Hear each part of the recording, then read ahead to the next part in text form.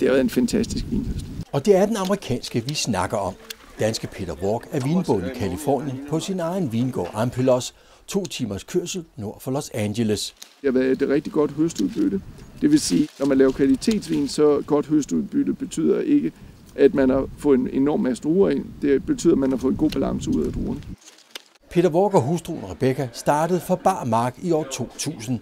6 år, 40.000 vinstokker og 10 millioner kroner senere kunne parret hive proppen af deres første flaske i 2006. Det er jo skønt, at man bor på sådan en range, som vi gør her, hvor vi har bygget alt op fra starten. Da vi købte det, der var det bare rå marker. Og vi i dag har et sted, hvor vi har en masse danskere, der kommer hver eneste år her for at være med til høsten. Peter høster mest Pinot Noir. 2/3 af de 10 hektar beplantet er med Pinot Noir-druen.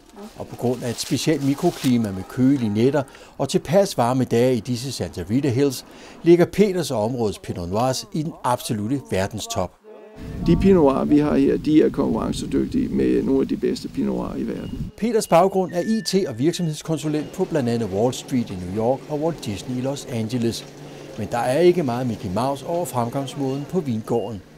Som den første vinbonde i Sydkalifornien besidder han alle 3 certifikater som økologisk, biodynamisk og bæredygtigt landbrug. Det, der drejer sig om, det er, at den dag, hvor vi går ud om morgenen, kold morgen, vi er derude, og vi plukker druerne derude, så er de druer så gode, som de overhovedet kan blive herfra. Og en del af det er, tror vi på, det er at køre det som biodynamisk og økologisk landbrug. Nu er biodynamisk og økologi omgivet af en forestilling om voksne mennesker, der danser nøgne rundt i en brændende cirkel under fuldmånens skær. Og der er i hvert fald lidt hokus pokus med kamille, brændenælder og tørret kolort, hældt i kohorn og begravet under egetræer, inden de blandes i 15 tons kompost og smides ud mellem vinstokkene. For nogen, der lyder det naturligvis lidt mærkeligt, det der med, at det skal ligge derude og tiltrække kræfterne fra vores kosmos osv. Men for Rebecca og jeg, der var det ligesom en naturlig måde at gå til ultimative form for landbrug.